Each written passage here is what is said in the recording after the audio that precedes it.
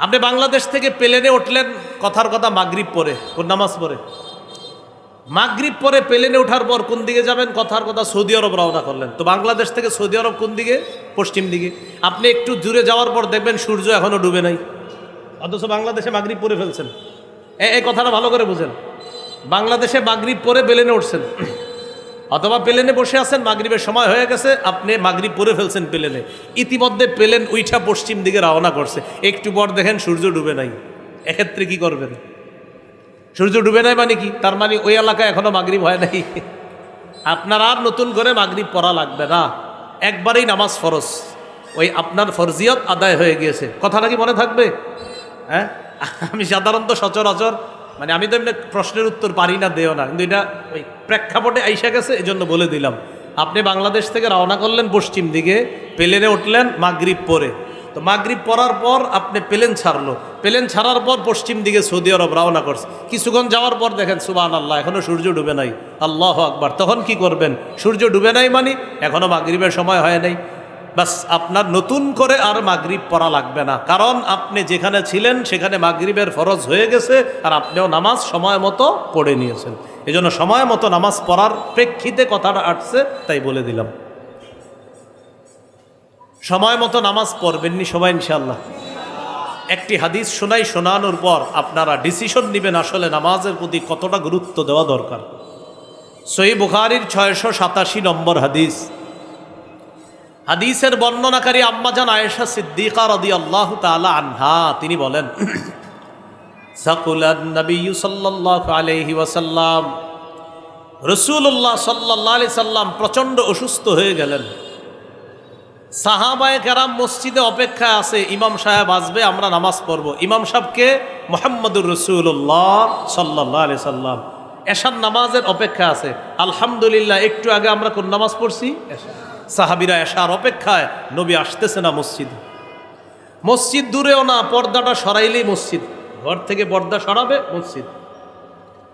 নবীজি ঘরের সদস্যদেরকে জিজ্ঞাসা করলেন, আসল্লান নাস, আচ্ছা সাহাবীরা কি নামাজ পড়ছে?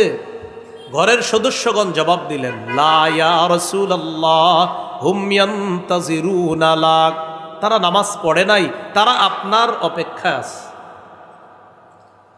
নবীজি বললেন, দুউলি মাআন ফিল মিখদাব, পানি দাও, পাত্রের মধ্যে পানি দাও, আমি গোসল করব। ফাফআলনা ফাগতাসালা, আমরা পানি দিলাম, নবী গোসল করলেন। ওয়া যাহাবা লিয়ানুআ, আল্লাহ নবী গোসল করার পর মসজিদে রওনা করলেন। মসজিদ কিন্তু দূরে না, পর্দা সরাইলেই মসজিদ। যেই মাত্র নামাজে যাওয়ার জন্য রওনা করলেন, ফাউগমিয়া আলাইহি, আল্লাহ নবী বেহুশ হয়ে গেলেন, প্রচন্ড অসুস্থ, বেহুশ হয়ে গেছে। সুম্মা আফাকা, হুশ ফিরে আসছে। হুশ ফিরে আসার পর আল্লাহ নবী প্রশ্ন করলেন, আসল্লান নাস, সাহাবীরা নামাজ পড়ছে কিনা? ঘরের সদস্যগণ জবাব দিলেন, লা ইয়া রাসূলুল্লাহ হুম ইয়ান্তাজিরুনা লাক, তারা নামাজ পড়ে নাই, তারা আপনার অপেক্ষায় আছে। নবীজি আবার বললেন, দুউলি মাআন, পানি আনো, আবার আমার শরীর ধৌত করতে হবে, দুর্বলতা কাটাতে হবে, বেহুশি ভাব দূর করতে হবে, পানি আনো। আবার আমরা পানি দিলাম। ফাগতাসালা, আবার শরীর মোবারক তিনি ধৌত করলেন। ওয়া যাহাবা লিয়ানুআ, আবার মসজিদে যাওয়ার জন্য উদ্যত হলেন, রওনা করলেন। ফাউগমিয়া আলাইহি, আবার বেহুশ হয়ে গেলেন। কয়বার বেহুশ, কয়বার হলেন? সুম্মা আফাকা, সুম্মা লিতারাহি, সুম্মা আফাকা, অনেকক্ষণ পর নবীজির হুশ ফিরে আসছে। হুশ ফিরে আসার পর উসুলু শাসির ছাত্ররা আসেনি?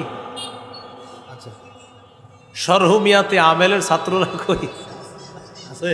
আচ্ছা, সুম্মালিত তারাহি ফালিত তাকিব, যাই হোক, সুম্মা আফাকা, রাসূল সাল্লাল্লাহু আলাইহি সাল্লামের হুশ ফিরে আসছে। কিছুক্ষণ পর, যতটুকু সময় গেছে, এরপর হুশ ফিরে আসার পর আবার জিজ্ঞাসা করলেন, আসল্লান নাস, সাহাবীরা নামাজ পড়ছে? এই কথা বলার পর ঘরের সদস্যগণ জবাব দিলেন, লা ইয়া রাসূলুল্লাহ হুম ইয়ান্তাজিরুনা লাক, তারা নামাজ পড়ে নাই, আপনার অপেক্ষা করতেছে। নবীজি বললেন দউলি মান, আবার পানি আনো, আমি আমার শরীর আবার ধৌত করতে হবে, আমার বেহুশি ভাব দূর করতে হবে। আমরা আবার পানি দিলাম। রাসূল সাল্লাল্লাহু আলাইহি সাল্লাম নিজের শরীর মুবারক ধৌত করলেন, বেহুশি ভাব দূর করার চেষ্টা করলেন। শরীর ধৌত করার পর জাহাবালিয়া নুআ আবার মসজিদে যাওয়ার জন্য রওনা করলেন।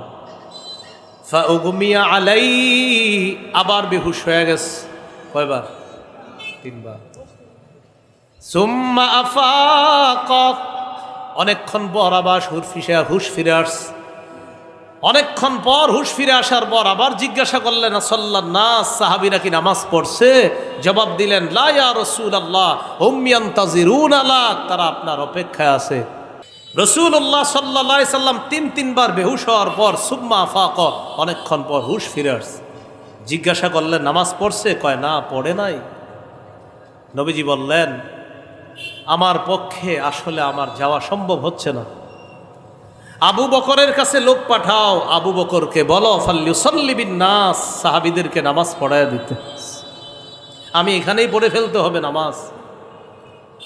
ফাতাহুর রসুল, আবু বকর সিদ্দিক রাদিয়াল্লাহু তাআলা আনহুর কাছে রসুল আসছেন। এই রসুল দ্বারা এখানে অর্থ হলো সংবাদদাতা, দূত আসছে।